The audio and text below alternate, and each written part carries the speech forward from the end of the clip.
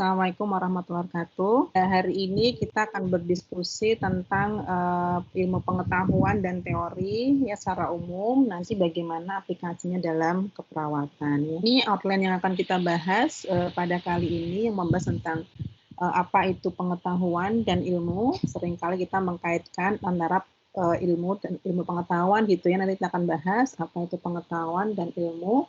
Kemudian bagaimana sifat pengetahuan, kemudian bentuk-bentuk pengetahuan khususnya dalam keperawatan ya, nanti ada pattern of knowing, kemudian manfaat teori, dan nanti khususnya dalam keperawatan. Nah, selama ini kita sering mendengar ya ilmu pengetahuan ya, padahal secara mendasar itu ilmu dan pengetahuan itu dibedakan ya, tapi kalau kita bilang ilmu pengetahuan, itu biasanya merujuk pada ilmu. Nah, apa itu pengetahuan dan apa itu ilmu? Di sini kita bisa lihat, kita bisa baca bersama, pengetahuan merupakan pembentukan pemikiran asosiatif yang menghubungkannya atau menjalin sebuah pemikiran dengan kenyataan atau pemikiran lain ya. Jadi kita melihat asosiatif ya, saling keterkaitan ya antara suatu hal ya dengan atau kenyataan kita hubungkan dengan pemikiran ya. Ini terjadi dan dipahami karena terjadi secara berulang-ulang ya.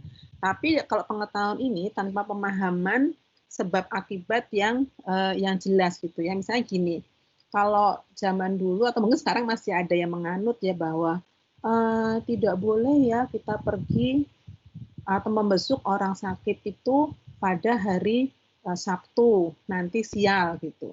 Mungkin sebelumnya ada pengalaman-pengalaman jika orang datang membesuk hari Sabtu, ya, atau mungkin kalau sekarang di rumah sakit gitu ya, pasien pulang nggak mau kalau sudah masuk hari Sabtu, gitu. Dia nunggu hari Minggunya atau Seninnya, karena dia menganggap tidak boleh pulang hari Sabtu, nanti ada kejadian-kejadian yang tidak diinginkan. Dan ini pengetahuan yang dia dapat ini biasanya dikaitkan dengan pengalaman-pengalaman sebelumnya, tapi tidak bisa kayak di logika ya, ini seperti apa sebenarnya ya kan, tidak ada tanpa pemahaman yang jelas, itu pengetahuan.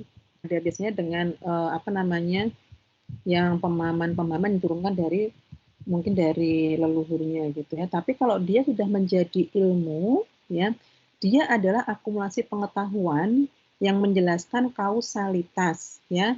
Kalau tadi ada asosiatif berhubungan, kalau ini ada kausalitas ya, sebab akibatnya dari suatu objek secara sistematis berdasarkan metode tertentu. Jadi ada hasil penelitiannya sehingga dia bisa menjelaskan, oh ini terjadi karena ini. Misal zaman dulu misalnya dibilang bahwa penyakit lepra atau mungkin TBC itu penyakit kutukan gitu ya, ada kutukan gitu, atau mungkin dikirim sihir atau apa gitu ya.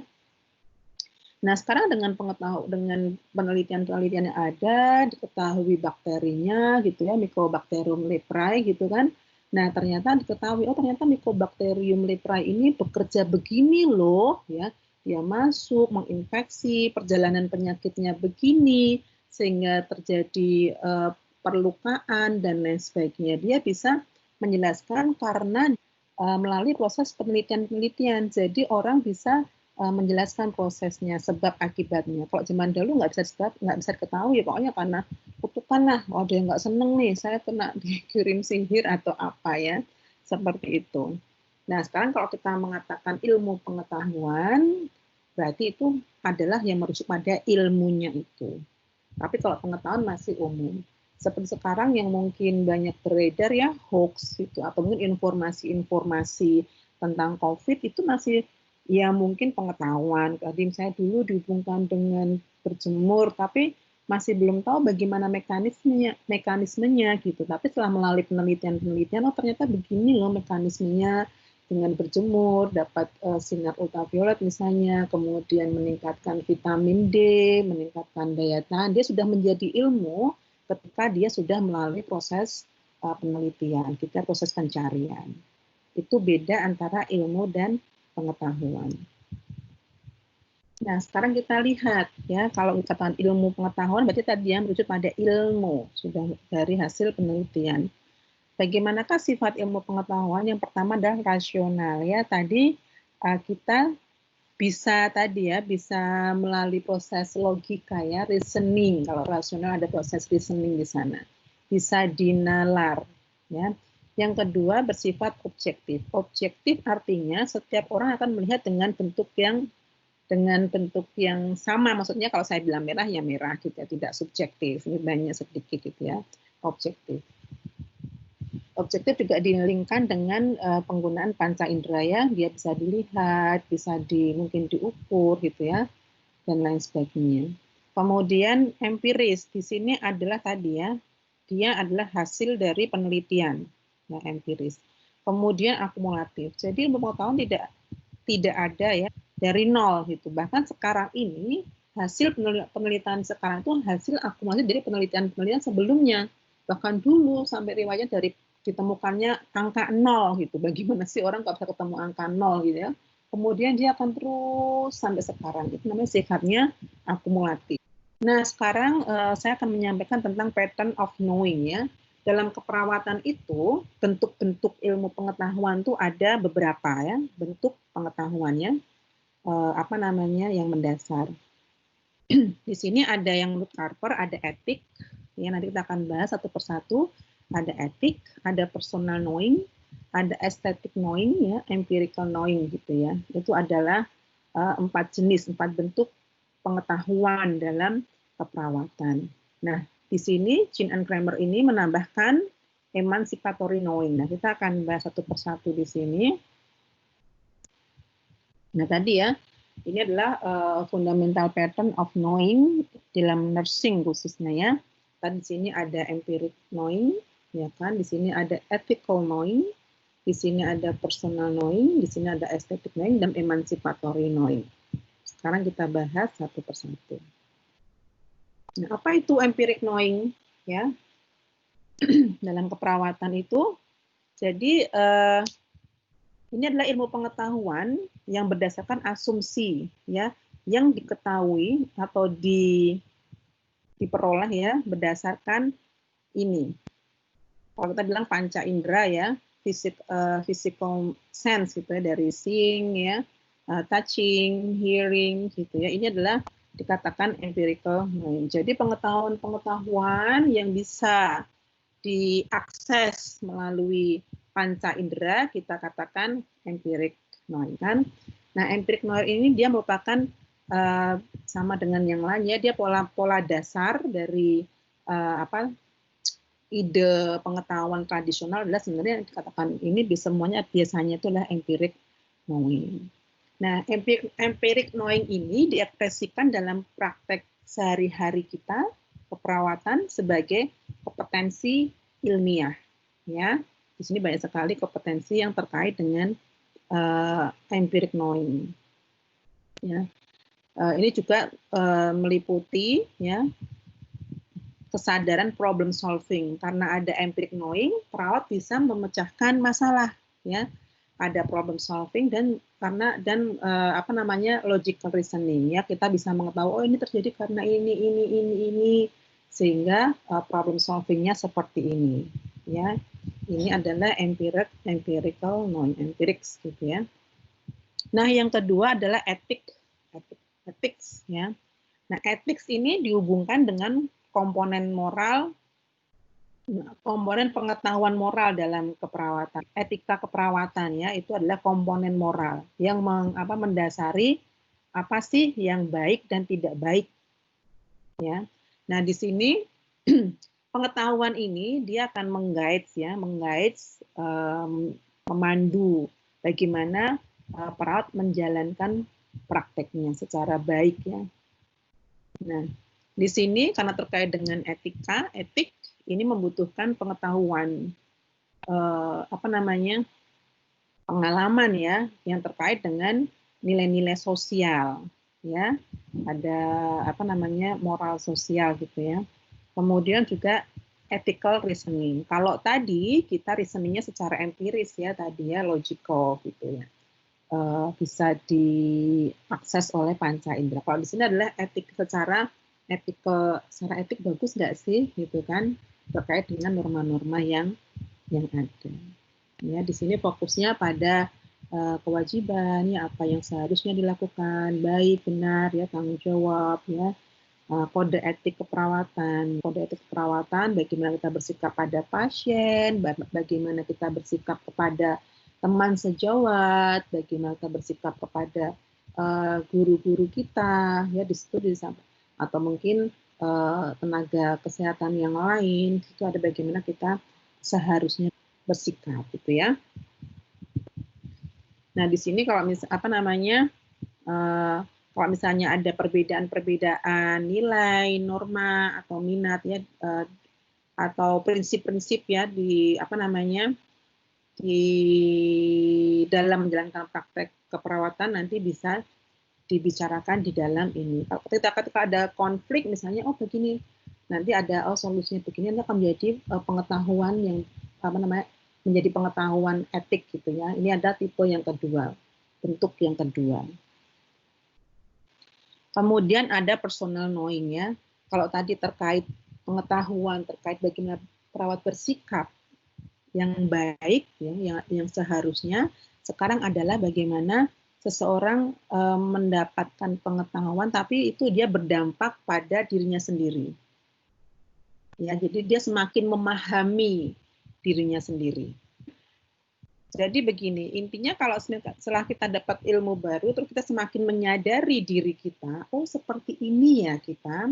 Nah itu dibedakan dengan tadi ya, kalau misalnya tadi etik itu kita sebagai profesi perawat, tapi kalau ini sebagai personal, bahwa personal itu masih beda-beda. Beda-beda cara menanggapi atau bagi masing-masing berbeda cara bersikap. Ya. Nah di sini kalau misalnya pengetahuan itu meningkatkan self-awareness-nya perawat, ya kan, kita tetap tumbuh ya, harus tumbuh. Nah, itu dikategorikan sebagai personal knowing. Ya. Karena setiap orang kan berbeda-beda ya, mungkin stylenya berbeda, tidak bisa disamakan, ya ada yang dia humoris gitu, ada yang dia lembut gitu ya. Nah ini dikatakan dengan adanya ilmu pengetahuan yang masuk itu, kalau misalnya itu meningkatkan self-awareness dia, oh ternyata harus begini ya, saya ini ya, kalau misalnya ini dan lain sebagainya, itu dikategorikan sebagai personal knowing. Ya. Di sini digunakan ketika perawat menjalankan menjalankan terapeutik menggunakan dirinya. Nanti ada ya terapeutic use of self. Jadi bagaimana perawat menggunakan dirinya untuk memberikan intervensi kepada klien. Ini biasa sekali terjadi pada kasus-kasus psikososial. Ya, kalau melewati mata kuliah keperawatan jiwa itu bagaimana perawat menggunakan dirinya, ya bagaimana dia menggunakan keterampilan komunikasinya, bagaimana dia menggunakan dirinya untuk memotivasi klien, ya bagaimana dia menggunakan dirinya untuk misalnya menyegarkan suasana, ya itu adalah menggunakan dirinya, itu therapeutic use of self in practice, ya di sini. Nah di sini pun mungkin dalam meningkatkan tadi ya, meningkatkan keterampilan atau therapeutic use of self ini juga membutuhkan ini scientific competence ya, moral ethic practice ya. Kemudian insight itu daya tilik diri, kita harus semakin meningkatkan daya tilik diri. Kemudian di sini juga diperoleh melalui personal reflection. Ya. Tidak selalu dia melalui penelitian, tapi dia ketika dia berefleksi, oh saya kok begini ya, tadi kenapa kok saya misalnya jengkel ya, menurut saya misalnya marah gitu ya, atau saya tersinggung pada klien gitu. Nah itu dia refleksi gitu. Nah dia akan mendapatkan ada hal yang baru dan kemudian dia bertumbuh, itu katakan sebagai personal knowing. Ya. Di sini juga meningkatkan keterbukaan ya, keterbukaan terhadap pengalaman. Semakin kita bisa apa namanya, terbuka, open minded ketika ada pengalaman-pengalaman baru, kita bisa menganalisisnya, bisa bertumbuh dari pengalaman itu, baik pengalaman yang baik maupun tidak baik, itu adalah meningkatkan personal knowing kita. Kemudian yang keempat ya adalah aesthetic knowing. Ini terkait dengan the art of nursing ya, seni dalam keperawatan. Kita kalau kita bilang estetik berarti suatu hal yang indah nih ya, bagaimana ternyata nursing itu dikatakan sebagai kan juga nursing as a science and nursing as an art gitu ya. Jadi nursing itu juga suatu seni dalam memberikan asuhan keperawatan kepada klien ya. Ini diekspresikan melalui tindakan ya, perilaku, ya interaksi semuanya ini. Jadi nanti ada melibatkan ini ya, apresiasi secara mendalam dari arti suasana gitu ya. Dan lainnya bisa dibaca di sini ya. Nah tadi Chin and Kramer itu menambahkan satu tentang emancipatory knowing ya. Emancipatory kita tahu ya, emancipatory itu bagaimana kita berpartisipasi ya. Di sini dikonteskan bagaimana pengetahuan itu bisa meningkatkan partisipasi sosial dan politik keperawatan dan pelayanan kesehatan ya. Nah ini dia mengkritiki ya dari 4 pattern of knowing tadi, dia mengkritiki dan memunculkan satu, sebenarnya tadi itu semua itu bisa diaplikasikan dan bisa membentuk satu pengetahuan baru bagaimana perawat ini bisa berpartisipasi di sosial ya, dan juga di dalam politik. Ya. Di sini dia mengakui bahwa adanya masalah-masalah sosial yang serius itu ya di kesehatan sehingga perawat perlu berpartisipasi ini.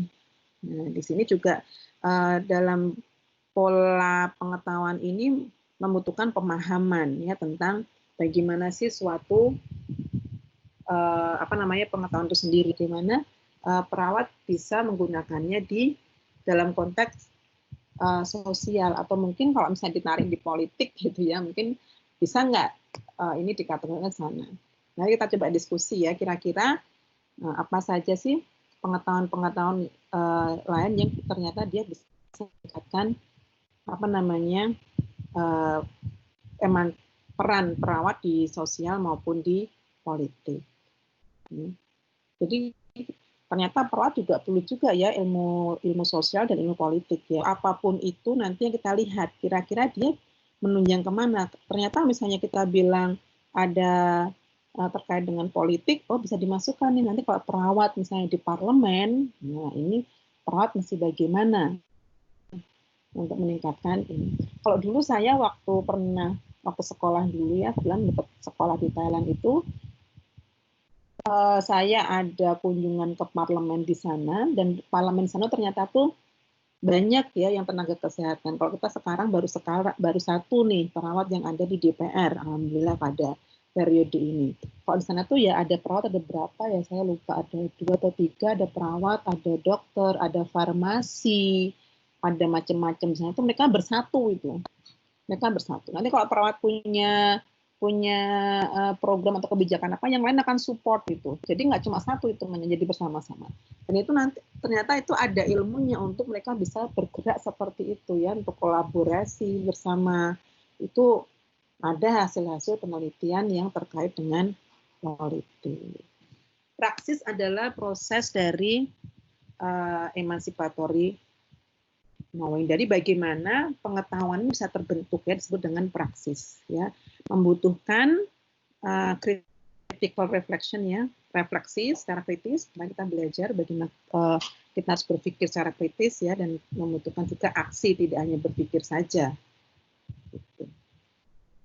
Kenapa kita mendevelop ini ya, pattern of knowing? Di sini ada tujuan dari tadi ya, teorinya Carper tadi di sini. Karena nanti pattern of knowing ini juga secara formal mengekspresikan ya pengetahuan keperawatan, kemudian dari bentuk-bentuk pengetahuan itu juga memberikan identitas ya, profesionalisme dan ilmu keperawatan. Kemudian untuk menyampaikan pada yang lain ini loh bahwa keperawatan juga bisa berkontribusi terhadap pelayanan kesehatan gitu ya. Kemudian juga